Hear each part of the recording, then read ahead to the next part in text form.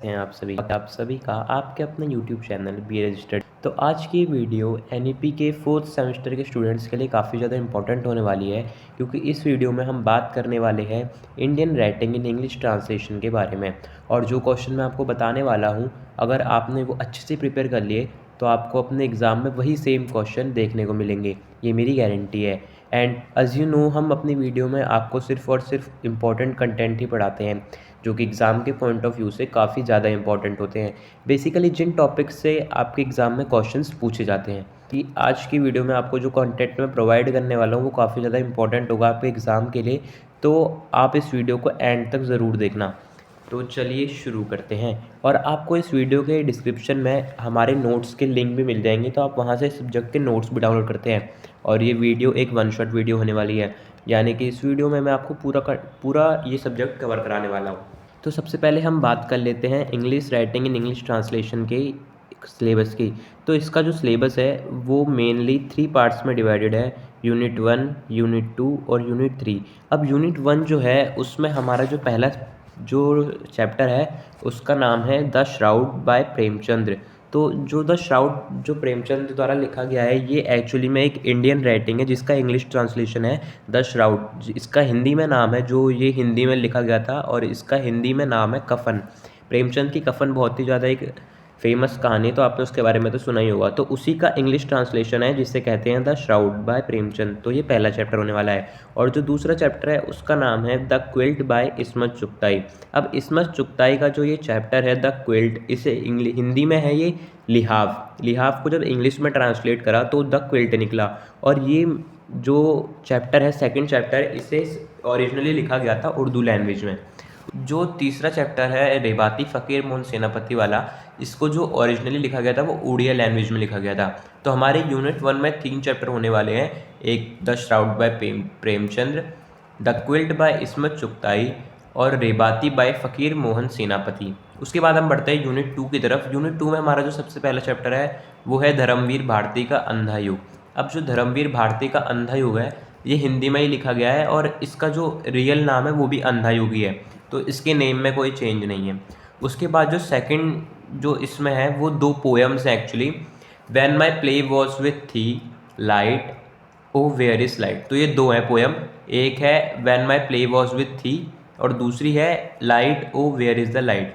तो ये जो 2 पोएम्स है रविंद्रनाथ टैगोर द्वारा लिखी गई है, और ये उनकी जो गीतांजलि है उसके अंदर से ही दोनों पोएम निकाली गई हैं। उनकी बहुत एक वो है, मतलब पोएम्स का एक संग्रह है गीतांजलि, जो रविंद्रनाथ टैगोर ने लिखा था, और ये दोनों पोएम उसी से निकाली गई है।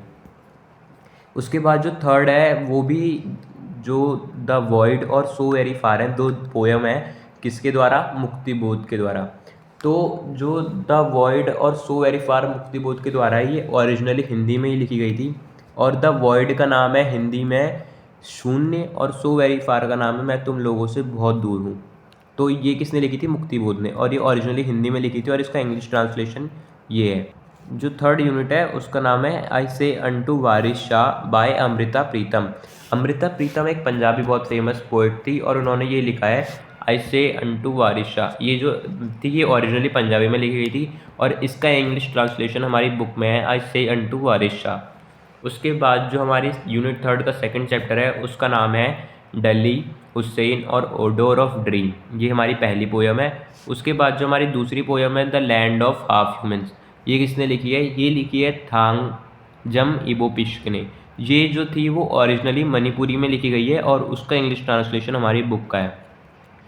उसके बाद जो हमारा यूनिट थर्ड का थर्ड चैप्टर, या फिर इस सिलेबस का लास्ट चैप्टर इस सब्जेक्ट का, उसका नाम है अंगालियत। अंगालियत लिखी थी जोसेफ मैक्वेन ने, और ये ओरिजिनली गुजराती में लिखी गई थी, इसीलिए इसका नाम अंगालियत है, और इंग्लिश में द स्टेप चाइल्ड। तो ये हमारा सिलेबस है इस चैप्टर का। उसके बाद आगे बढ़ते हैं, डिस्कस करेंगे क्वेश्चन पेपर। तो इसका जो क्वेश्चन पेपर है ना, वो सबसे पहले तो 90 मार्क्स का पेपर होगा आपका ये वाला, और इसकी ड्यूरेशन होगी 3 आवर। तो 3 घंटे में आपको 90 आवर्स का पेपर करना है। उसके बाद जो इसमें इम्पोर्टेंट चीज़ है वो ये है कि इसमें 2 पार्ट्स होंगे, ए पार्ट और बी पार्ट। जो ए पार्ट होगा वो उसमें हर क्वेश्चन 10 मार्क्स का होगा, और जो पार्ट बी है उसमें 20 मार्क्स के क्वेश्चन होंगे, ठीक है। तो अब जो पार्ट ए है 30 मार्क्स का, यहाँ पे हमारा उसमें 3 क्वेश्चन होंगे ईच विथ ऑप्शन, मतलब तीनों क्वेश्चन इसमें चॉइस होंगी। हमें तीनों क्वेश्चन में कोई एक मतलब एक चॉइस करनी है तीनों क्वेश्चन में, और एक क्वेश्चन जो है वो 10 मार्क्स का होगा। तो ऐसे हमारे 3 क्वेश्चन 30 मार्क्स हो जाएंगे। उसके बाद जो हमारा पार्ट बी है जो कि 60 मार्क्स का है, उसमें भी हमारे 3 क्वेश्चन होंगे और तीनों क्वेश्चन ऑप्शंस के साथ होंगे। हमें हर क्वेश्चन में से एक ऑप्शन चूज़ करना है। तो ये हो गया हमारा क्वेश्चन पेपर। हम अपनी पहले यूनिट की तरफ बढ़ते हैं।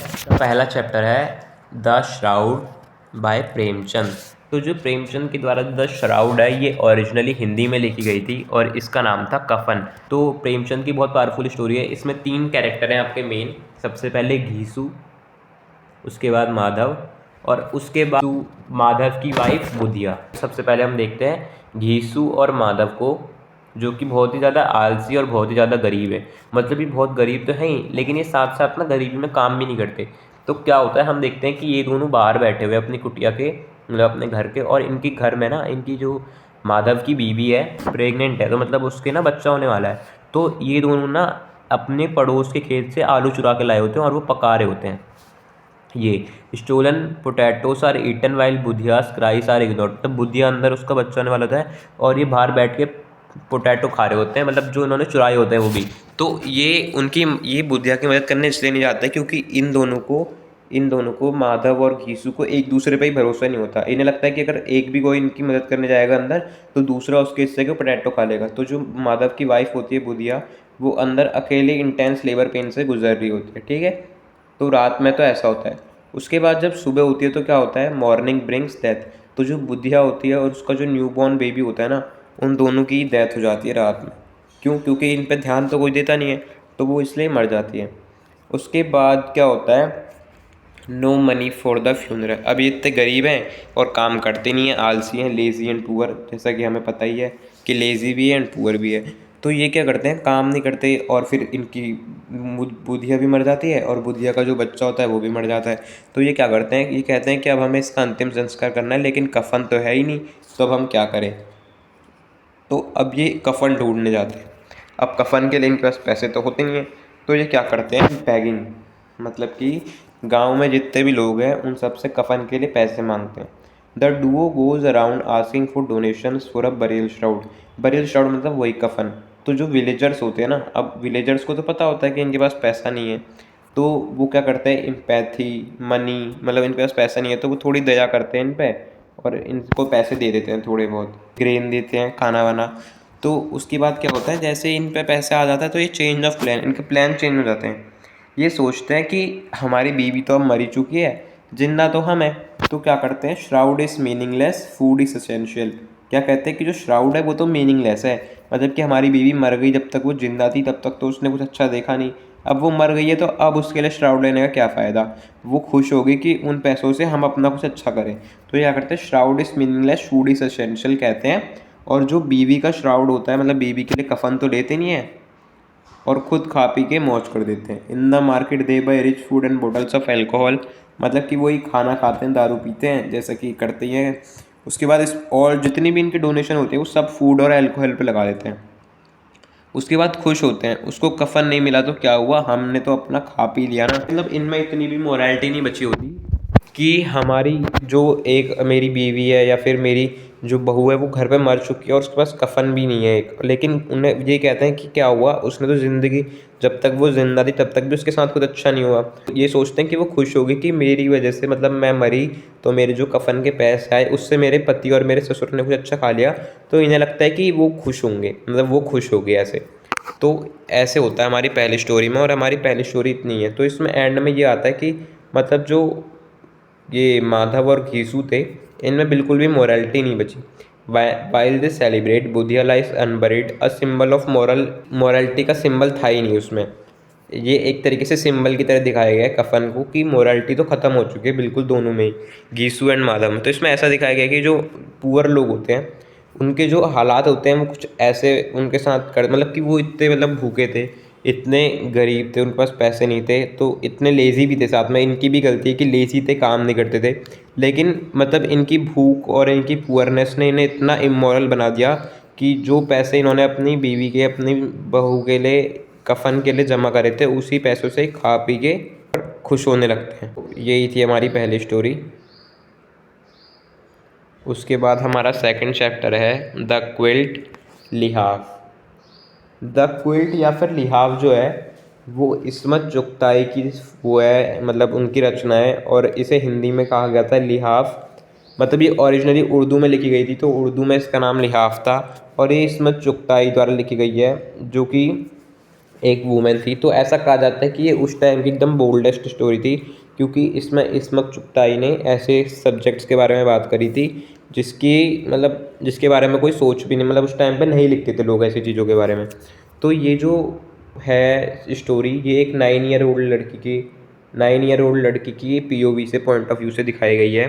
तो ये क्या है, a powerful tale of loneliness and desire.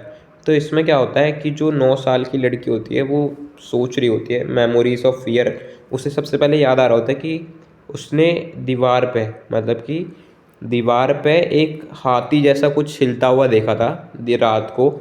तो फिर स्टोरी जाती है कि वो जो 9 साल की लड़की होती है वो बेगम जान एक होती है उस टाइम पे, नवाब साहब की बीवी, उसकी उसके यहाँ रहती होती है, उनके यहाँ काम करती होती है। तो बताते हैं कि जो बेगम जान होती है उसको बहुत ज़्यादा नेगलेक्ट सहनी पड़ती है अपने पति से, क्योंकि वो नवाब साहब से शादी तो कर लेते हैं, लेकिन जो नवाब साहब होते हैं वो उसे इग्नोर करते हैं बहुत ज़्यादा, और इसलिए वो बहुत ज़्यादा लोनली रहती है। तो इसमें क्या होता है, इसमें आती है फिर रब्बूस कम्फर्ट। क्या होता है, जब बेगम जान को उनके पति नेगलेक्ट करने लगते हैं, तो जो रब्बू होती है उनकी मेड, जो बेगम जान की मेड होती है रब्बू, वो उनके अकेले कंपेनियन बन जाती है। मतलब कि वही उनके साथ दिन भर रहती होती है और उनका ध्यान रखती होती है।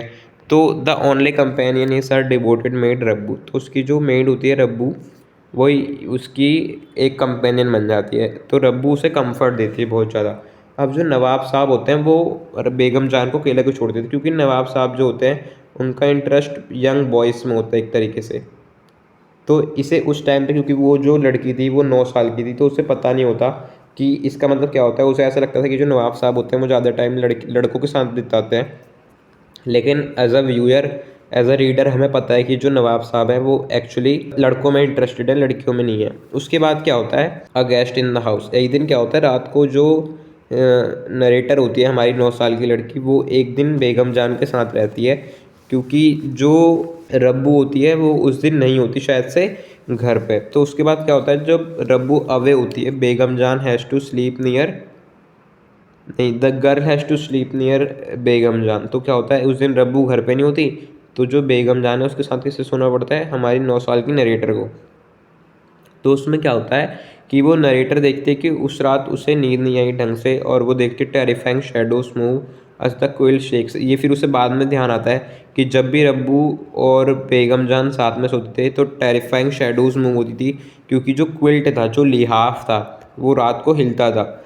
एक दिन वो बेगम जान के घर पर रुक जाती, तो रब्बू, बेगम जान और ये हमारी नरेटर, तो क्या देखती है, उस दिन तो नरेटर सोती है रब्बू उसके साथ, बेगम जान के साथ, लेकिन वो बाद में ध्यान रखती है कि जिस दिन मैं नहीं सोती थी, उस दिन जब रब्बू सोती थी बेगम जान के साथ, तो उस दिन उसे दीवार पे शेडोज़ दिखती, टेरिफाइंग शेडोज़ दिखती थी, जबकि जब रात को क्विल्ट जो हिलता था, क्विल्ट मतलब एक तरीके से लिहाफ होता है, जो वो चादर ओढ़ती थी। तो जो क्विल्ट है उसे एक तरीके से मेटाफोर की तरह यूज़ किया गया है, ये दिखाने के लिए कि जो हमारी नरेटर है 9 साल की, उसे तो अंदाज़ा नहीं है इन चीज़ों का, लेकिन हम एज अ रीडर ये समझ पाते हैं कि जो रब्बू है और जो बेगम जान है वो एक तरीके से रात को इंटीमेट हो रहे हैं, इसलिए वो जो क्विल्ट है, वो लिहाफ है, वो मूव कर रहा है अपनी जगह से बार बार ही, इसलिए ये हमें दिखाता है। ये इस मूवी में एक्चुअली बात की गई है, मतलब इस मूवी कह रहा हूँ, इस स्टोरी में बात की गई है कि जो बेगम जान है, अगर वो अपने पति से निगलेक्ट हो रही है तो कहीं ना कहीं वो अपना इमोशनल सपोर्ट ढूंढेगी, और इस स्टोरी में वो इमोशनल सपोर्ट जो है वो बेगम जान किस में ढूंढती है, अपनी मेड रब्बू में, जो कि हमारी ऑथर हमें बताती है, 9 साल की नरेटर जो है हमारी स्टोरी की, वो हमें बताती है। तो ये हमारी सेकंड स्टोरी हो गई। उसके बाद जो हमारी थर्ड स्टोरी है, रेबाती, रेबाती बाय फ़कीर मोहन सेनापति। ये जो हमारी स्टोरी है ये ओरिजिनली लिखी गई थी उड़िया में, और इसका नाम रेबाती था ओरिजिनली भी, इसने लिखी थी फ़कीर मोहन सेनापति ने। तो इसमें क्या होता है, एक लड़की होती है रेबाती, रेबाती है सा क्यूरियस एंड ब्राइट माइंड। तो जो रेवाती होती है वो बहुत ज़्यादा क्यूरियस होती है, बहुत ज़्यादा जिज्ञासु होती है और ब्राइट माइंड की लड़की होती है। मतलब कि वो पढ़ना, मतलब उसका माइंड बहुत ज़्यादा ब्राइट होता है और वो पढ़ना चाहती होती है। अ desire for education in a rigid society, मतलब कि एक पुराने टाइम में सेट है स्टोरी। तो इसमें क्या होता है, उस टाइम पे सोसाइटी बहुत ज़्यादा रिजिड थी, मतलब लड़कियों को पढ़ाते नहीं थे, बहुत ज़्यादा डिस्क्रिमिनेशन होता था लड़का लड़की में। लेकिन उस टाइम पे जो रेबाती थी वो बहुत ज़्यादा क्यूरियस थी और उसका माइंड एकदम ब्राइट था। तो उस रिजिड सोसाइटी में भी उसके अंदर पढ़ने की चाह थी। A small village in Orissa, Orissa में, जबकि जैसे कि मैंने बताया ये ओडिया में लिखी गई थी, तो ये स्टोरी भी उड़ीसा में ही हमारी सेट है। तो वो रिजिड सोसाइटी में भी एजुकेशन की चाह रखती थी। उसके जो फादर थे वो प्रोग्रेसिव थे, प्रोग्रेसिव फादर, मतलब कि जो रेवाती थी वो पढ़ना चाहती थी। तो उसके पापा जो थे वो एकदम प्रोग्रेसिव, मतलब वो एकदम खुली सोच के व्यक्ति थे। तो वो रेबाती प्रोग्रेसिव फादर सपोर्ट्स और स्टडी, वो उसकी स्टडी को सपोर्ट करते हैं। मतलब जैसे कि रेबाती पढ़ना चाहती होती है तो उसके फादर ऐसे नहीं कि मना कर दिया कि कोई नहीं पढ़ता, तो वो उसको सपोर्ट करते हैं कि हाँ अगर तुम पढ़ना चाहती हो तो तुम पढ़ सकती हो। लेकिन जो रेबाती की ग्रैंड मदर होती है, ग्रैंड मदर सपोजिशन, रेबाती की जो ग्रैंड मदर होती है वो नहीं चाहती थी कि रेबाती पढ़े। क्यों? क्योंकि जो उसकी ग्रैंड मदर होती है वो बिलीव करती है कि educating girls bring misfortune and anger to fate. मतलब कि उसकी ग्रैंड मदर को ऐसा लगता था कि अगर हम गर्ल्स को पढ़ाएंगे तो हमारे पे क्या होगा, जो हमारी किस्मत है, जो फेट है, वो मिस फॉर्चून लाएगी हमारे ऊपर और हमारे ऊपर बहुत ज़्यादा गुस्सा होएगा। मतलब कि उनकी किस्मत जो है वो ख़राब हो जाएगी और उन पे बहुत ज़्यादा फेट आएगा। तो उसमें क्या होता है, लेकिन उसकी ग्रैंड मदर की कोई सुनता नहीं है उस टाइम पे। तो उसके बाद क्या होता है, रेबाती को उसके फादर, एक टीचर होता है प्रोग्रेसिव टीचर, जैसे उसके फादर चाहते होते हैं कि लड़कियां पढ़े, वैसे ही एक टीचर होता है जिसका नाम होता है वासुदेव, वो भी चाहता होता है कि लड़कियां पढ़े। तो रेबाती उनसे, वासुदेव से लेसन्स लेना चालू कर देती है। तो उसके बाद क्या होता है, मॉडर्न आइडियाज़ विलेज सस्पिशन। तो जब ये मॉडर्न आइडियाज़ होते हैं तो जो विलेजर्स होते हैं, क्योंकि उसके फादर तो प्रोग्रेसिव सोच के थे लेकिन बाकी गांव वाले लोग प्रोग्रेसिव सोच के नहीं थे ना, तो उन बाकी गांव वाले सस्पिशन से देखते हैं, मतलब वो उसके एजुकेशन को सस्पिशन से देखते हैं और वो भी सोचते हैं कि कहीं हमारे गांव में कोई ट्रेजिडी ना हो जाए, कोई मिसफॉर्चून ना आ जाए, इसलिए। तो इत्तेफाकन होता क्या है, जब ऐसा सब कुछ होता है ना, तो उनके गांव में सही में ट्रेजिडी स्ट्राइक हो जाती है। उनके गांव में कोलेरा का एपिडेमिक हिट हो जाता है। तो उस एपिडेमिक में लोग तो मरते ही मरते हैं, साथ में क्या होता है, जो रेबाती होती है ना, उसके पेरेंट्स भी मर जाते हैं। तो मतलब उसके बाद रेबाती के पेरेंट्स पढ़ जाते थे तो उसकी एजुकेशन भी छूट जाती है।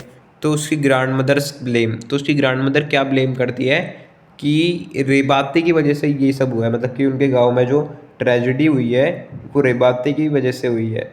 रेबाती क्या होता है, एकदम अकेले पड़ जाती है, हार्ट ब्रोकन हो जाती है। और उसके बाद क्या होता है, उसका जो टीचर होता है वासुदेव, वो भी मर जाता है। तो उसकी सारी होप्स ही ख़त्म हो जाती है कि मैं कभी पढ़ पाऊँगी या कभी इमोशनल कंपेनियनशिप मेरे साथ हो पाएगी। तो एकदम उसकी सारी होप ख़त्म हो जाती है और वो अकेले रह जाती है। तो उसकी ग्रैंड मदर क्योंकि बच्ची होती है, वो उसको लगता है, उसकी ग्रैंड मदर को कि ये जो सब कुछ हुआ है वो रेबाती की वजह से हुआ है। तो रेवाती के जो ड्रीम्स होते हैं वो सारे क्रश्ड हो जाते हैं कि क्या एक एजुकेशन वुमेन्स के लिए सही में कर्स है क्या।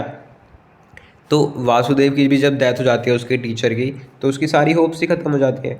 तो क्या होता है, इसमें ये दिखाया गया है कि एक ट्रैजिक नोट पे ये स्टोरी बहुत ज़्यादा ख़त्म हो रही है कि कैसे सोशल प्रेजुडाइज और ब्लाइंड सुपरस्टिशन के चलते औरतों के उस टाइम पे जो ड्रीम्स थे वो क्रश हो जाते थे, जैसे कि रेबाती की फेट है। सेनापति सोसाइटी को क्रिटिसाइज़ करता है, ये दिखाते हुए, रेबाती की स्टोरी दिखाते हुए, सोसाइटी के जो लोग थे वो सोसाइटी में चेंज लाने से डरते थे कि कहीं इससे कुछ गलत ना हो जाए।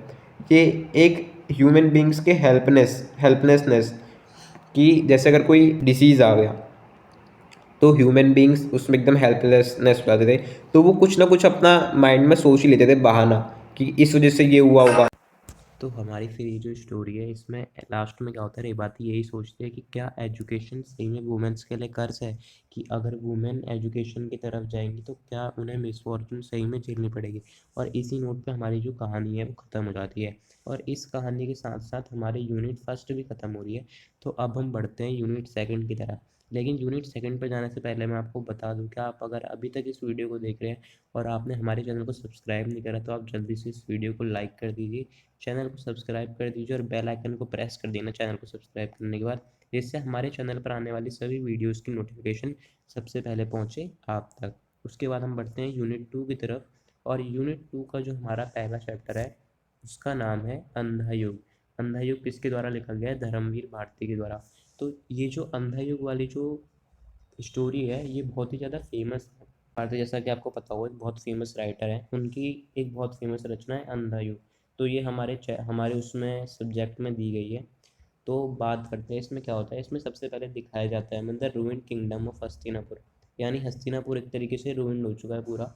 After math of Mahabharata war bring end bring end wars and brings only destruction and hopeless grief, यानी कि जब भी वॉर खत्म होता है तो सिर्फ और सिर्फ डिस्ट्रक्शन आती है और होपलेस ग्रीफ मतलब होपलेसनेस आ जाती है लोगों में कि अब क्या होगा, और ग्रीफ दुख आता है। तो ये जो हमारा अंधा युग जो कहानी है ये किस टाइम पे सेट की गई है? महाभारत वॉर का जो लास्ट डे था ना उस पर सेट की गई, तभी इसकी आफ्टर मैथ में पता चलेगी क्या थी। तो उसमें क्या होता है, जो कौरव है वो हार चुके हैं। हस्तिनापुर और जो कुरुक्षेत्र था, हस्तिनापुर यानी जहाँ पे वो लोग राज करते थे, और कुरुक्षेत्र जहाँ पे उनकी लड़ाई हुई थी, जो हरियाणा में पड़ता है। तो वो एकदम डिस्ट्रक्शंस, डेड बॉडीज और ग्रीफ, सिर्फ वहाँ पे यही था, डिस्ट्रक्शन था, डेड बॉडीज थी और ग्रीफ था, मतलब कि दुख था सब में। तो क्या होता है इनसाइड द पैलेस, पैलेस के अंदर क्या होता है, मोर्निंग हो रही होती है हस्तिनापुर में, यानी शोक मना रहे होते हैं। कौन? धृतराष्ट्र और Gandhari. Dhritarashtra and Gandhari lament the death of their son, यानी कि अपने पुत्रों के, उनके जो पुत्र थे Kaurav, Dhritarashtra and Gandhari lament the death of their sons, मतलब उनके जो बच्चे थे उनकी जो मौत हो गई थी उसका शोक मना रहे थे। फिर क्या होता है, अश्वत्थामा, जो मेन स्टोरी है वो अश्वत्थामा की फ्यूरी पे है कि driven by revenge after Duryodhan's defeat he plot night attack. अब क्या होता है, जब कौरव सारे हार जाते हैं तो अश्वत्थामा लेकिन जिंदा होता है, तो उसे बहुत ज़्यादा गुस्सा आता है और वो क्या करता है, रिवेंज, मतलब वो रिवेंज लेने के लिए इतना ज़्यादा गुस्से में था कि वो रिवेंज करने के लिए क्या प्लॉट करता है कि वो रात को अटैक करेगा किस पे? पांडवों पे। अब वो रात को जो इतना फ्यूरियस होता है दुर्योधन की डिफीट से कि वो पांडवों पर अटैक करने के लिए रात को जाता है। और वो पांडवों के 5 बच्चे सो रहे होते हैं कैंप में। द्रौपदी 5 सन किल्ड, ये 5 बच्चे सो रहे होते हैं पांडवों के। इससे क्या लगता है कि ये पांडव है, अश्वत्थामा को लगता है ये पांडव है, और ये उन बच्चों को रात को ही मार देता है। तो क्योंकि इसे ऐसा लगता है ये पांडव है, और फिर ये बहुत ज़्यादा खुश होता है कि मैंने पांडवों को मार दिया। तो इसमें ये दिखाया जाता है कि कैसे एक वॉर में किसी भी आदमी की सारी मॉरल वैल्यूज डिस्ट्रॉय हो जाती है। क्योंकि एक तो पहले सोते हुए लोगों पे मार रहा है रात के टाइम, जबकि रात के टाइम उस टाइम पे कहते थे कि युद्ध अलाउड नहीं है, रात के टाइम सारे एकदम रेस्ट वेस्ट करेंगे। लेकिन अश्वत्थामा रात के टाइम ही जाता है और 5 बच्चों को सोते हुए मार देता है। क्यों? सिर्फ और सिर्फ रिवेंज लेने के लिए कि दुर्योधन हार कैसे गया। उसके बाद क्या होता है, लेटर इन डीप सोरो, उसके बाद गांधारी को बहुत दुख होता है, ये सब होता है। उसके बाद गांधारी जो है वो कृष्ण भगवान को कर्ज देती है, मतलब कि उन्हें श्राप देती है। क्या? वो कृष्ण भगवान को किस चीज़ के लिए ब्लेम करते हैं कि कृष्ण भगवान की वजह से ही सारे लोग मरे हैं। शी ब्लेम्स कृष्ण, मतलब वो कृष्ण भगवान को ब्लेम देती है युद्ध का, और उन्हें कर्ज देती है कि उनका जो यादव कुल होगा, मतलब कृष्ण भगवान जो थे वो यादव कुल से थे, तो उनका जो यादव कुल है वो डिस्ट्रॉयड हो जाएगा, हमेशा के लिए खत्म हो जाएगा। उसके बाद क्या देखते हैं हम कि जो अश्वत्थामा है, जब उसे पता लगता है कि पांडव बच गए और वो नहीं मरे, तो वो क्या करता है, जो पांडवों का एकदम अंतिम अंश बचा होता है, जैसे कि 5 बच्चे तो उसने मार दिए थे पांडवों की गलती से, तो फिर वो ब्रह्मास्त्र छोड़ देता है किस पे? उत्तरा के बच्चे पे, मतलब वो बच्चा भी अनबॉर्न होता है। उत्तरा जो होती है वो अभिमन्यु की बीवी होती है, और अभिमन्यु अर्जुन का बेटा। तो अर्जुन के पोते पे वो ब्रह्मास्त्र छोड़ देता है जो कि अभी तक पैदा भी नहीं हुआ था। तो कृष्ण भगवान क्या करते हैं, उस बच्चे को बचा लेते हैं जो कि उत्तरा के गर्भ में था अभी। तो और वो बच्चा, उसका नाम कृष्ण भगवान परीक्षित रख देता है, तो उसका जो फ्यूचर होता है पांडवों का वो बच जाता है, उनका वंश बच जाता है। तो और कृष्ण भगवान अश्वत्थामा को कर्ज देते हैं कि वो हमेशा तक के लिए इस धरती पे घूमता रहेगा। Krishna saved the infant Parikshit, Ashwatthama was cursed to wander forever, hatred only leads to hatred, we must choose peace. तो ऐसे बताते हैं कि हमें एकदम पीस को चूज करना चाहिए कि वॉर्स लेगेसी जो है, मतलब कि वॉर से हमें क्या क्या मिल सकता है? खाली रिवेंज, हैट्रेड एंड डिस्ट्रक्शन, यानी सिर्फ हेट्रेड और डिस्ट्रक्शन मिलेगी हमें वॉर से, और कुछ नहीं मिलेगा। तो इसी के ऊपर ये बेस्ड चैप्टर हमारा। तो उसके बाद ये वाला चैप्टर हमारा यहीं पे ख़त्म हो गया, यूनिट 2 का चैप्टर 1। उसके बाद यूनिट 2 का चैप्टर 2 है, एक पोयम है, 2 पोयम है इसमें। कौन कौन सी?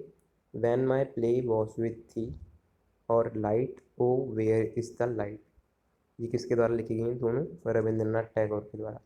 तो इन पोएम्स में क्या होता है, सबसे पहली पोएम जो है light when my play was with थी, ये जो पहली पोएम है, पहले तो ये दोनों ही पोएम रविन्द्रनाथ टैगोर ने लिखी थी गीतांजलि में, इसमें लेकिन जो पहली पोएम है when my play was with थी, इसमें क्या कर, इसमें जो रविन्द्रनाथ टैगोर है वो किस बारे में बात कर रहे हैं, स्पिरिचुअल सर्च, कि वो स्पिरिचुअल सर्च पे हैं। ये देखो, स्पिरिचुअल सर्च क्या, speaker feels surrounded by darkness and longs for spiritual light and enlightenment, कि जो स्पीकर है वो स्पिरिचुअल लाइट और डिवाइन ट्रुथ की खोज में है। The poet feel surrounded by darkness, वो एक डार्कनेस से सराउंडेड है और पूछता है कि लाइट कहाँ है, मतलब कि ये सिम्बलाइज करता है कि वो गॉड को ढूंढ रहे हैं, होप को ढूंढ रहे हैं, इनलाइटमेंट को ढूंढ रहे हैं। तो इसमें लाइट जो है वो किसको सिम्बलाइज करती है, गॉड, होप, इनलाइटमेंट, कि मतलब एक तरीके से मुक्ति को इन सिम्बलाइज कर रही है लाइट, कि लाइट है कहाँ, मुक्ति कहाँ है। और वो अपने जीवन में अंधकार से घिरे हुए, यानी कि उनके जीवन में बहुत ज़्यादा कठिनाइयाँ हैं। He says that the lamp is there but there is no flame, मतलब कि लैम्प तो है पर उसमें फ्लेम नहीं है, ये फोटो में गलत दिखाया गया है। Empty lamp represent life without time and divine guidance in God's hope, मतलब कि जो एम्प्टी लैम्प है उसमें रोशनी नहीं है, तो मतलब कि एम्प्टी जो लैम्प है वो हमारी लाइफ है, लेकिन जब तक उसमें एक बत्ती नहीं होगी, एक उसमें जोत नहीं जली होगी, फ्लेम नहीं होगी, तब तक क्या है, मतलब कि वो फ्लेम क्या है, डिवाइन गाइडेंस है और गॉड की होप है। तो जब तक वो नहीं होगा तब तक हमारी लाइफ का कोई मतलब नहीं है। तो उसके बाद क्या होता है, as the night grows darker with clouds rain thunder and storm the lost feeling, मतलब कि जब रात बढ़ती जाती है हमारी ज़िंदगी में कष्ट बढ़ते जाते हैं, हमारी ज़िंदगी में दुख दर्द आते हैं, रेन थंडर स्टॉर्म ये उन चीज़ों को सिम्बलाइज करते हैं। The speaker feels even more lost, मतलब कि स्पीकर उसके बाद और ज़्यादा लॉस्ट फील करता है। Yet this darkness also bring the message that God is calling him, मतलब कि जब ये सारे डार्कनेस उसके जीवन में आती है तो उसको भगवान के प्रति जो होप होती है वो और ज़्यादा बढ़ती है, कम नहीं होती। तो इन द एंड क्या होता है, he prays that the lamp of love may be lit with his life itself, मतलब कि जो ये लैम्प है वो अपनी ज़िंदगी से, मतलब अपने से ही वो जलाता है। तो even in darkness the message is clear, God is calling, कि जो गॉड है वो हमें डार्कनेस में भी बुला रहा है। He prays that lamp of love may be lit with his life itself showing hope that devotion will lead him to spiritual awakening, मतलब कि अगर वो ये लैम्प खुद ही जलाएगा तभी तो भगवान की होप, मतलब उसे अपने अंदर से जलानी पड़ेगी तभी भगवान उसे बुलाएंगे। ये नहीं कि भगवान पे लाएंगे फिर उसे बताएंगे, उसे अपने अंदर से भगवान को पुकारना पड़ेगा। ये हमारी पहली पोयम थी when my play was with thee. उसके बाद जो हमारी दूसरी पोयम है light O where is the light, किसके द्वारा, रविन्द्रनाथ टैगोर के द्वारा। ये भी उन्होंने गीतांजलि में ही लिखी गई थी। और इसकी जो इन दोनों जो पोएम्स की ओरिजिनल लैंग्वेज है ना वो बंगाली है, मतलब ये दोनों जो पोएम थी वो बंगाली में लिखी गई है। तो जो दूसरी वाली पोएम है, हमारी सेकंड पोएम है, उसका नाम क्या है, light O where is the light. इसमें क्या होता है, चाइल्डहुड प्लेमेट, टैगोर रिमेंबर करते हैं अपने बचपन में कि वो भगवान से कितना ज़्यादा करीब थे। जब वो छोटे थे, बच्चे थे, तो वो भगवान, ये भगवान को दिखाता है, भगवान से कितना ज़्यादा करीब थे। When God was like a friend, मतलब जब बचपन बच्चे थे तो गॉड उनके फ्रेंड थे, उनके प्लेमेट थे जो उनके साथ खेलते थे। लेकिन जैसे जैसे वो बड़े हुए वैसे वैसे गॉड उनसे दूर चले गए। Tagore remembers when God was like a friend and a playmate, मतलब कि कैसे वो उनके दोस्त, उनके प्लेमेट की तरह थे। Fear felt no fear happily followed God through nature and song, मतलब कि वो गॉड को मंदिरों में नहीं ढूंढते थे, वो गॉड को नेचर और सॉन्ग्स में ढूंढते थे, हर जगह उनको गॉड दिखते थे। अडल्टहुड रियलाइजेशन, उसके बाद क्या होता है, now sees the same God with awe and seriousness, मतलब कि पहले वो गॉड को एकदम हैप्पी बिना सीरियसनेस के देखते थे, लेकिन अब कि वो प्लेफुल डेज ओवर हो चुके हैं, अब उन्हें जैसे जैसे वो बड़े होते हैं उन्हें रियलाइज़ होता है कि वो प्लेफुल डेज अब ओवर हो चुके हैं, मतलब अब वो उसी गॉड को सीरियसनेस के साथ देखते हैं। मतलब इस पोयम में क्या दिखाया गया है, ultimate hope the love of lamp may be lit with his life, इसमें क्या दिखाया गया है इस पोयम में लास्ट में, कि जो चाइल्डहुड इनोसेंस होती है वो हमें भगवान के साथ एकदम प्योरेस्ट कनेक्शन डेवलप करने में हेल्प करती है, जबकि जो अडल्टहुड है वो सिर्फ वंडर और रिफ्लेक्शन लाता है, मतलब कि अडल्टहुड में हम चीज़ों पर तर्क करने लग जाते हैं, जबकि बचपन में जब हम भगवान को क्या इनोसेंस से हमें चाहना पड़ता है। ये दिखाया गया है इसमें कि अगर हम बड़े होकर भगवान के खिलाफ तर्क करने लगेंगे तो फिर वो कैसा भगवान। इस पोयम में यही, ये हमारा चैप्टर 2 है यूनिट 2 का। उसके बाद यूनिट 2 का चैप्टर 3 जो कि पोयम ही है, इसमें कौन कौन सी पोयम है, द वॉइड और सो वेरी फार। कौन सी, द वॉइड और सो वेरी फार, दो पोयम है। इनको किसने लिखा है, मुक्तिबोध ने। किसने, मुक्तिबोध ने। तो इन पोयम्स में क्या होता है ये जो पोयम्स हैं इनमें जीएम मुक्तिबोध क्या एक्सप्रेस कर रहे हैं, एक मॉडर्न ह्यूमन बीइंग, मतलब मॉडर्न सोसाइटी के ह्यूमन बीइंग की फीलिंग्स को एक्सप्रेस कर रहे हैं कि कितना वो इमोशनली आइसोलेटेड है, मतलब कि इमोशनली वो कितना अकेला है, मेंटली डिस्टर्ब है और उसे अपनी लाइफ में मीनिंग नहीं मिल पा रही। तो इसमें वही है। तो जो पहली पोयम है द वॉइड, उसमें पोइट किस बारे में बात कर रहा है, intense feeling of inner emptiness, मतलब कि वो अपने अंदर से हॉलो स्पेस इनसाइड हिम, मतलब कि पोइट अपने अंदर एक होलो स्पेस यानी कि खालीपन महसूस कर रहा है। क्यों कर रहा है वो खालीपन महसूस, उसे ऐसा लग रहा है कि उसके अंदर जो खाली स्पेस है वहाँ कुछ तो एग्जिस्ट करना चाहिए, जहाँ मीनिंग, पीस, सर्टेनिटी कुछ तो एग्जिस्ट करना चाहिए। This word is not only personal but also symbolic to the spiritual emptiness of modern life, मतलब कि ये सिर्फ सिम्बॉलिक नहीं है, मतलब कि ये सिर्फ बातों का नहीं है, इसमें ये भी सिम्बलाइज कर रहा है कि मॉडर्न लाइफ में हमारी स्पिरिचुअल जो कनेक्शन होना चाहिए वो कितना ज़्यादा कम हो चुका है, डिस्कनेक्टेड, हम अपने आप से ही डिस्कनेक्ट हो चुके हैं। इस word is personal and symbolic of modern life, यानी कि ये मॉडर्न लाइफ का सिंबल है। पीपल जो है वो किससे सराउंडेड है, अब वो सराउंडेड मतलब उनके आसपास स्पिरिचुअलनेस तो है नहीं, तो वो किस चीज़ से सराउंडेड है, उनके आसपास सिर्फ कन्फ्यूजन, फियर, साइलेंस, यही चीज़ें हैं। तो ये है। उसके बाद आता है modern anxiety, an intense feeling of inner hollowness, मतलब कि वो एकदम इंटेंस है, इमोशनली आइसोलेटेड, मेंटली डिस्टर्ब, मतलब कि इस पोएम में मेनली इन्हीं चीज़ों पे बात की है कि कैसे मॉडर्न सोसाइटी में जो आदमी है वो इमोशनली आइसोलेटेड है, मेंटली डिस्टर्ब्ड है, unable to find true identity, उसे अपनी ट्रू आइडेंटिटी पता ही नहीं है कि वो कौन है, वो अपने आप से इतना ज़्यादा डिस्कनेक्टेड हो चुका है, वो इस सोसाइटी में इतना ज़्यादा घुल मिल चुका है औरों के साथ कि वो अपने पास अपने साथ बिताने के लिए उसे टाइम नहीं है। किन किन चीज़ों से सराउंडेड है, confusion, fear, silence, lack of meaning, peace and certainty है उसकी लाइफ में, अपने अंदर एक हॉलो स्पेस वो देख पा रहा है, एक खालीपन है। तो इसमें बता रहे हैं कि कैसे मॉडर्न एक्सिस्टेंस मतलब कि इतना ज़्यादा मॉडर्न होना अक्सर इंसान को अपने अपने अस्तित्व से ही डिस्कनेक्टेड कर देता है। तो ये तो थी हमारी पहली पोयम, कौन सी, द वर्ल्ड। उसके बाद जो दूसरी पोयम है, सो वेरी फार, इसमें क्या है, poet develops the idea of distance and alienation, मतलब कि क्या, far from society, people and identity, इसमें वो एक डिस्टेंस क्रिएट करता है सोसाइटी से, एक ऐसा आइडिया आइडिया डेवलप करता है। किस चीज़ का idea, distance and alienation. He feels far away from society, from other people, even from his own identity, मतलब कि वो सबसे बहुत दूर है, किस किस से, सोसाइटी से, वर्ल्ड से, अदर पीपल, यानी कि वो अपने आप से भी बहुत दूर है, मतलब सोसाइटी और वर्ल्ड से तो है ही लेकिन अपने आप से भी बहुत ज़्यादा दूर है, ये आइडिया वो डेवलप करते हैं इस फोटो में। Even from his own family, मतलब अपनी ओन फैमिली से भी बहुत ज़्यादा दूर है। No matter how much he tries to connect, मतलब कि वो सेकंड फोटो में जैसा कि आप देख रहे हो, कितना भी वो कनेक्ट करने की कोशिश कर रहे हैं लेकिन गैप ओनली ग्रोस, मतलब जो गैप है वो बढ़ता ही जाता है, बढ़ता ही जाता है। जो डिस्टेंस है इस पोयम में, जो डिस्टेंस है वो किस चीज़ को सिंबलाइज कर रहा है, मॉडर्न मैन्स लोनलीनेस, मतलब कि जो मॉडर्न सोसाइटी का मैन है उसके अंदर कितनी ज़्यादा लोनलीनेस है।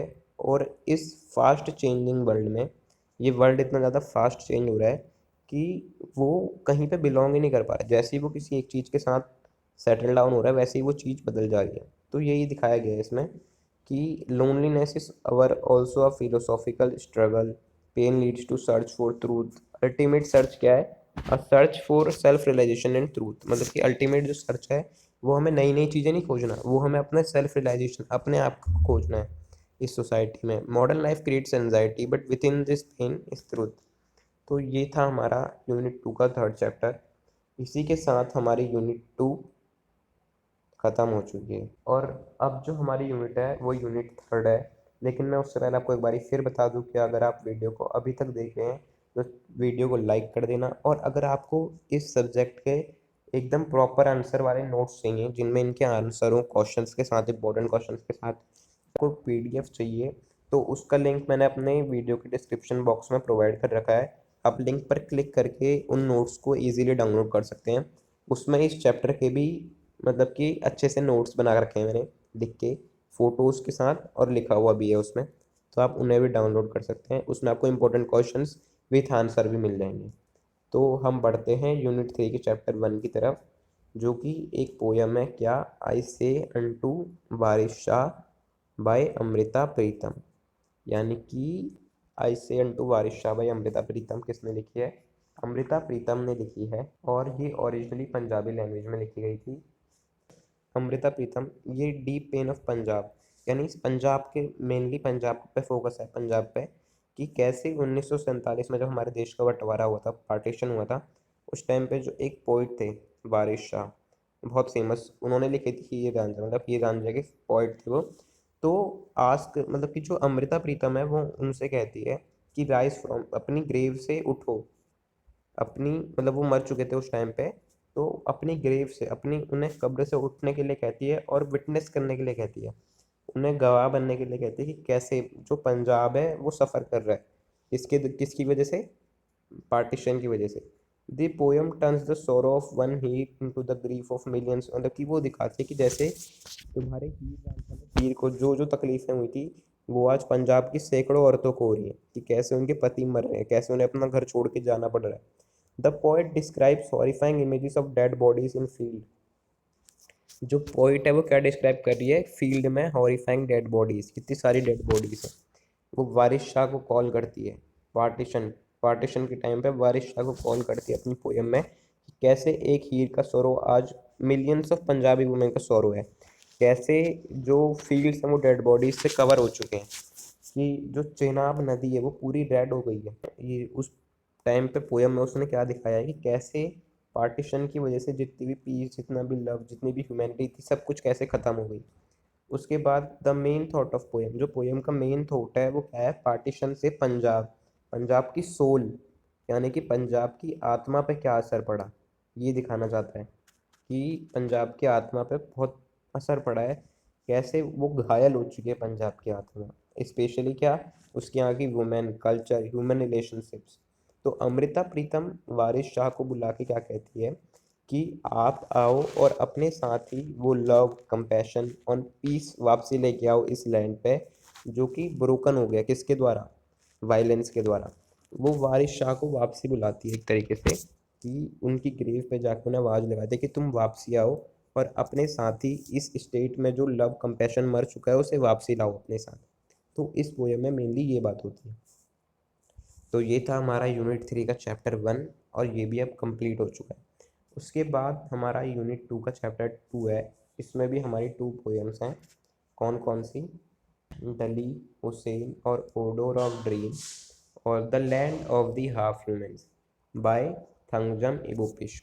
यानी किसने लिखी है ये? थंगजम इबोपिश ने लिखी है। इसमें भी 2 पोयम है, द लैंड, डली हुसैन और ओडोर ऑफ ड्रीम, और the land of half humans. तो इसमें क्या है, जो डली, हुसैन और ओडोर ऑफ ड्रीम है, यानी कि जो पहली पोयम है, ये दोनों पोयम तो पहले मेनली किस बात में बात करते हैं कि जो मॉडर्न लाइफ है वो कितनी ज़्यादा कन्फ्यूजिंग और कितनी ज़्यादा डिवाइडेड है। यानी कि मॉडर्न लाइफ में जो लोग हैं वो कितनी ज़्यादा कन्फ्यूज्ड है और कितने ज़्यादा डिवाइडेड, आपसी में ही बटे हुए। तो उसी बारे में बात करते हैं। जो पहली पोयम है डली, हुसैन और ओडोर ऑफ ड्रीम, तो इसमें जो पोइट है वो बहुत ही स्ट्रेंज और ड्रीम लाइक इमेजेस का मतलब कि बखान करते हैं, एक तरीके से बताते हैं। स्ट्रेंज और ड्रीम लाइक इमेजेस जो क्या दिखाते हैं कि जो रियलिटी है वो नो लॉन्गर क्लियर, मतलब कि वो क्लियर भी नहीं है और स्टेबल भी नहीं है, वो कुछ समझ नहीं पा रहे, और जो रियलिटी है वो हर बदलते जा रही है, बदलते जा रही है, बदलते जा रही है। Everything feels like a mixed a part, यानी कि जितनी भी हमारे जो चल रहा है वर्ल्ड में, वो एक तरीके से मिक्सड अप आर्ट की तरह फील होती है। Daily life, fear and violence all come together, यानी कि डेली लाइफ, आर्ट, फियर और वॉयलेंस सब एक साथ आ चुकी है हमारी वर्ल्ड में। तो पोइट क्या सजेस्ट करता है कि people are lost in a world. तो जो पोइट है वो बताता है कि पीपल खो चुके हैं, लोग ऐसे एक वर्ल्ड में खो चुके हैं जहाँ कुछ भी सेंस नहीं बनाता, कंप्लीट सेंस कुछ भी नहीं बनाता, सब कुछ एक तरीके से मिक्स है, उसमें सब चीज़ की ओर है, उसमें एक तरीके कभी वो ड्रीम लगता है, कभी रियलिटी लगती है। तो ये एक होप और ड्रेड का एक मिक्सचर है। तो इसमें वो बताते हैं कि कैसे मॉडर्न सोसाइटी में जो आदमी है वो खो चुका है, कन्फ्यूज्ड है, बहुत ज़्यादा खो चुका है। ये हमारी पहली पोयम थी अली हुसैन और ऑर्डर ऑफ ड्रीम, और जो दूसरी है the land of half humans, उसमें क्या है, ये एक क्लियर सोशल मैसेज देता है। It's shows a society where people are not fully human because they are separated into different roles. मतलब कि जो लोग हैं वो फुल्ली ह्यूमन नहीं है, जैसे कि आप इस फोटो में देख पा रहे हो कि जो लोग हैं ये फुल्ली ह्यूमन नहीं है, मतलब ये ह्यूमन आधे आधे ही है। इनमें से कुछ, जैसे इसका ये हिस्सा हटा हुआ है, इसका ये हिस्सा, इसका ये हिस्सा, इसका तो चेहरा ही हटा हुआ है। तो इसमें क्या बताता है कि जो लोग हैं वो फुल्ली ह्यूमन नहीं है, क्योंकि इन्हें डिफरेंट डिफरेंट रोल में बांट दिया गया है। Some people have power and only think, यानी कि कुछ लोगों के पास पावर है लेकिन वो सिर्फ सोच सकते हैं, वो सिर्फ सोच सकते हैं। जबकि कुछ लोग के पास पावर नहीं है लेकिन वो सिर्फ हार्ड वर्क और सफ़र करते हैं इस सोसाइटी में। जैसे कि ये दिखाया जा रहा है, चेन में बंद है, ये सिर्फ सफ़र कर रहे हैं इस सोसाइटी में, हार्ड वर्क कर रहे हैं। तो ये जो डिवीज़न है वो सोसाइटी को एकदम अनफेयर और गलत बनाता है कि कुछ भी, मतलब सब कुछ अनफेयर हो रहा है। जैसे कि कुछ लोग सिर्फ काम ही काम कर रहे हैं, हार्ड वर्क, और कुछ लोग सिर्फ सोच रहे हैं, वो काम कुछ नहीं कर रहे। ये सोच रहे हैं, इनके सोचने के बदले काम ये कर रहे हैं।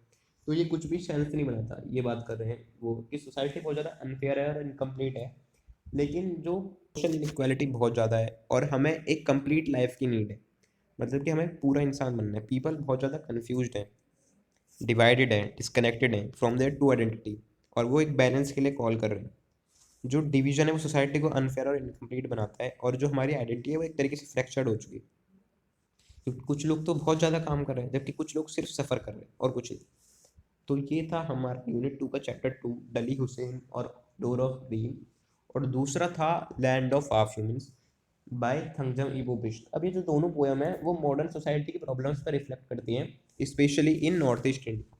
क्योंकि ये जो हमारे पोइट हैं थांगजाम इबोबिस्ट, ये कहाँ के हैं, नॉर्थ ईस्ट के। तो ये जो पूरी पोयम्स है दोनों, ये स्पेशली कहाँ पे लेके फोकस्ड है, नॉर्थ ईस्ट इंडिया में फोकस्ड। ये शो कर दे कि कैसे नॉर्थ ईस्ट इंडिया के लोग कंफ्यूज्ड हैं, डिवाइडेड हैं, अपने ट्रू आइडेंटिटी से डिस्कनेक्टेड हैं। जो पोइट है वो रीडर से क्या चाहता है कि वो ऐसे इश्यूज को समझें और more complete and balanced human life की जो इम्पोर्टेंस है उसको समझ सके। जो पहली पोयम है वो किस चीज़ का यूज़ कर रही है, ड्रीम लाइक कन्फ्यूजन, कि कुछ समझ नहीं आ रहा है सोसाइटी में क्या हो रहा है, बिल्कुल कन्फ्यूजन है। जबकि जो दूसरी है पोयम, सेकंड वाली पोयम है the land of of humans, वो एकदम क्लियर है अपने पॉइंट पे।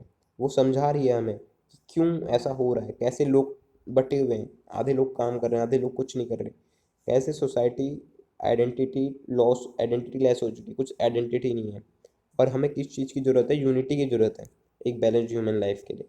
ये दिखाना चाह रहे हैं।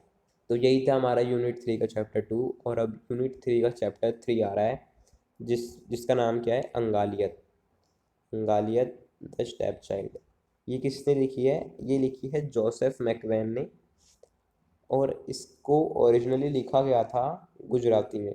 अंगालियत इस अ गुजराती वर्ड आई गेस, और स्टेप चाइल्ड उसका इंग्लिश में ट्रांसलेशन। तो ये स्टोरी मेनली किसके अराउंड रिवॉल्व करती है, तीहा, वालजी, मेथी एंड कंकू, चार लोगों के खिलाफ, जो कि कौन सी कम्युनिटी से हैं, वीवर कम्युनिटी से हैं मेनली। उस पर वो करती है, रिवॉल्व करती है। तो इसमें क्या होता है, ये किस चीज़ के ऊपर बेस्ड है, डिग्निटी, लव और सर्वाइवल। कहाँ पे, एक कास्ट रिडन विलेज में। मतलब कि कैसे विलेज में जहाँ कास्ट सिस्टम को बहुत ज़्यादा माना जाता है, उस विलेज में कैसे डिग्निटी, लव और सर्वाइवल के लिए क्या क्या स्ट्रगल्स करने पड़ते हैं, मेनली लोअर कास्ट के लोगों को, सो कॉल्ड, क्या क्या स्ट्रगल्स करने पड़ते हैं। Major conflict begins when Methi is mistreated and forcibly controlled by upper caste man. Tiha and Valji stand up against this injustice, showing the growing courage of the oppressed society। तो इसमें क्या होता है, सबसे पहले तो कास्ट ऑपरेशन चल ही रहा होता है। कॉन्फ्लिक्ट कहाँ पे शुरू होता है, जब मेथी को कौन, अपर कास्ट के लोग कंट्रोल करने की कोशिश करते हैं, मतलब कि मिसट्रीट करते हैं एक तरीके से। लेकिन जो करेज होता है वो कौन दिखाते हैं, करेज तीहा एंड वलजी। कब दिखाते हैं, जब अपर कास्ट के लोग, सो कॉल्ड अपर कास्ट के लोग, मेथी को कंट्रोल करने की कोशिश करते हैं। तो उस टाइम पे सो कॉल्ड लोअर कास्ट के तीहा एंड वलजी वहाँ पे अनजस्टिस के खिलाफ खड़े होते हैं, अगेंस्ट अनजस्टिस के अगेंस्ट में खड़े होते हैं। तो लेकिन उसमें क्या होता है, सबसे ट्रेजिक मोमेंट क्या होता है कि जो वलजी होती है, वलजी होता है, वो मेथी को रेस्क्यू कर रहा होता है। कब, जब मेथी को एबडक्ट कर रहे होते हैं, जो upper caste, so called upper caste के लोग होते हैं वो मेथी को अबडक्ट कर रहे होते हैं, और जो वलजी होता है वो उसे रेस्क्यू करने के लिए व्हीकल के पीछे दौड़ता है, व्हीकल के सामने आ जाता है, उससे टकराता है और उसकी डेथ हो जाती है।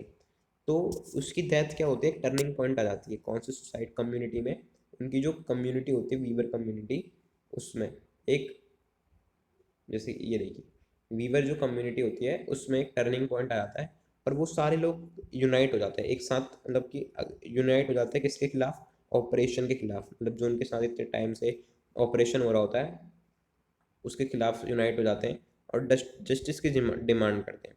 तो इस स्टोरी का जो अल्टीमेट थॉट है वो है सेल्फ रिस्पेक्ट, कि हर कोई बराबर है। Just because someone you consider someone as so called lower caste, you can't oppress them through solidarity, और मतलब कि आप उन पर हक नहीं जमा सकते अपना। और वो लोग जिन्हें आप सो कॉल्ड लोअर कास्ट कह रहे हैं, उन सबको भी एक यूनाइट होकर इस चीज़ के खिलाफ करेज के साथ, डिग्निटी के साथ आना पड़ेगा, इसका खिलाफ विरोध करना पड़ेगा। तो ये थी हमारी यूनिट 3 का चैप्टर 3, जो कि बहुत ज़्यादा इम्पोर्टेंट है हमारे सिलेबस में, और इसी के साथ ही चैप्टर भी ख़त्म होता है। अब हम करेंगे इस सब्जेक्ट के मोस्ट इम्पॉर्टेंट क्वेश्चंस। हमारे इस सब्जेक्ट के कौन कौन से मोस्ट इम्पॉर्टेंट क्वेश्चंस होने वाले हैं, अब हम वो करेंगे। अगर आपको इस वीडियो के प्रॉपर आंसर वाले नोट चाहिए तो नोट का लिंक मैंने डिस्क्रिप्शन में डाल रखा है, आप वहां से नोट्स को डाउनलोड कर सकते हैं। अगर आपको ये वीडियो अच्छी लग रही है तो आप इसे लाइक, शेयर और कमेंट जरूर करें, क्योंकि जब आप लाइक करते हो तो हमें मोटिवेशन मिलता है ऐसी और बहुत सी वीडियोस बनाने के लिए। और जब आप वीडियो को शेयर करते हो तो जैसा कि आपको पता ही होगा, नॉलेज बांटने से बढ़ती है। और जब आप हमारी वीडियो पर कमेंट करते हो तो हमें ये पता चलता है कि हम अपनी वीडियो में और क्या इम्प्रूव कर सकते हैं। और मैं आपको बता दूं कि 5 मिनट की वीडियो को बनाने में काफ़ी मेहनत और 1 से 2 घंटे का समय लगता है। तो आप हमारी वीडियो को लाइक, शेयर और कमेंट जरूर करें, ताकि हम आपके लिए ऐसी ही और वीडियोस को ला सकें। और कमेंट में ये जरूर बताना कि आपको नेक्स्ट वीडियो किस टॉपिक पर चाहिए। हमारे इम्पोर्टेंट क्वेश्चंस में सबसे पहला जो इम्पोर्टेंट क्वेश्चन है वो है, why is the title of the story कफन इम्पोर्टेंट? मतलब ये जो स्टोरी है कफन, द श्राउड वाली, इसमें जो इसका टाइटल है वो इम्पोर्टेंट किस तरीके से है? अब अगर हम इसके आंसर में देखेंगे तो the title Kafan which mean shroud, cloth use to cover a dead body before ritual. तो कफन तो आपको पता ही होता क्या है, वो स्टोरी को एकदम परफेक्टली फिट करता है। कैसे? तो हमें यही बताना है कि कैसे फिट करता है। तो इसका जो लिटरल मीनिंग होता है श्राउड का, तो इसमें हमने देखो पॉइंट्स में बांट रखा है इस क्वेश्चन को, कैसे क्वेश्चन करना है एग्जाम में। Literal meaning of the title shroud for Budhiya, मतलब कि बुधिया के लिए जो टाइटल है श्राउड, इसकी क्या इंपॉर्टेंस है, मीनिंग क्या है इसकी? कि जो बुधिया होती है वो मर जाती है, तो नॉर्मली लोग मतलब जैसे डेड बॉडी होती है उससे कवर करने के लिए कफन लेते, तो ये तो लिटरल मीनिंग हो गई कफन की, टाइटल की। कि उस टाइटल का नाम कफन क्यों पड़ा? क्योंकि जो बुधिया थी वो मर जाती है, तो उसके लिए जो कफन लाते हैं तो उसके हिसाब से उसका जो टाइटल पड़ा वो कफन पड़ा।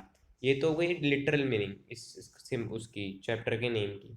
लेकिन अगर हम डीपर या फिर सिंबॉलिक मीनिंग की बात करें तो क्या होगी? Symbol of poverty and suffering. कि जो श्राउड है वो ये दिखाता है कि जो घीसू और माधव है वो कितने ज़्यादा गरीब है, कि वो बुधिया की बॉडी के लिए एक श्राउड भी नहीं ले सकते थे, कफन भी नहीं ले सकते थे।